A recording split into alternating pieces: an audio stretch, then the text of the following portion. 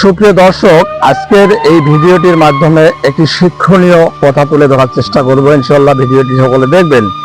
তো আসলে বড় গাছ, আর এই বড় গাছের নিচে মানুষ বসে ছায়া নেয়, মানুষ শরীরকে একটু জিরিয়ে নেয়, বড় গাছের নিচে বসে মুক্ত বাতাস খায়।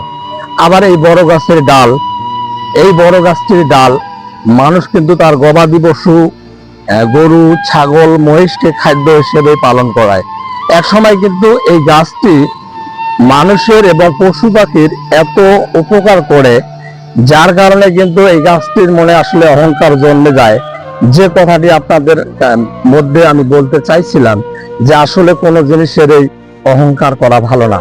আজ দেখছেন কালের পরিক্রমায় যে গাছের নিচে বসে অনেক মানুষ প্রশান্তি নিত, নির্মল বাতাস গ্রহণ করত, যেখান থেকে পশু পাখির খাদ্য গ্রহণ হতো, গবাদি পশুর খাদ্য গ্রহণ হতো। কালের পরিবর্তনে গাছটির কিন্তু আজ কি এক দুর্দশা অবস্থা, জীর্ণ শীর্ণ হয়ে গাছটি উপড়ে পড়ে আছে। তো আসলে এই ভিডিওটির মধ্য দিয়ে আপনাদেরকে যে কথাগুলো আমি জানাইতে চাই, এই গাছটির কিন্তু মনে অহংকার জন্মার কারণে আল্লাহ পাকের পক্ষ থেকে গাছটিকে এভাবে মাটিতে উপড়ে ফেলে দিয়ে গাছের যে মনে জন্মা অহংকার, এটাকে কিন্তু নিঃশেষ করে দিল। ঠিক সমাজের মধ্যে যে মানুষগুলো ধনবান, যে মানুষগুলো বৃত্তশালী, যে মানুষগুলো জমি জমা বেশি, আর সেই মানুষগুলোর আশেপাশে যখন গরিব দুঃখী অসহায় মানুষগুলো বাস করে, তারা কিন্তু সেই মানুষগুলোকে ঠিক চীনা জোকের মতন তাদের রক্ত খেয়ে দেয় তাদের ধন সম্পদ, এমনকি একসময় তাদেরকেও কিন্তু নিশ্চিহ্ন করে দেয় ওই সমাজের বৃত্তশালী এবং ধনবান মানুষগুলো।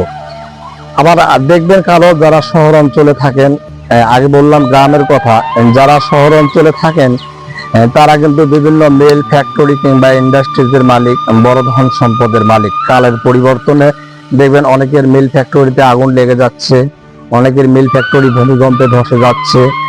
আর এই যে মিল ফ্যাক্টরিগুলো ধ্বংস হয়ে যাচ্ছে দিনের পর দিন, এর পিছনে কিন্তু একটা সুনির্দিষ্ট কারণ আছে। কারণ যখনই তাদের অহংকারের মাত্রা বেশি হয়ে যায়, আল্লাহ পাক কিন্তু তাদের এই অহংকারটাকে নিঃশেষ করে দেয় ধ্বংস।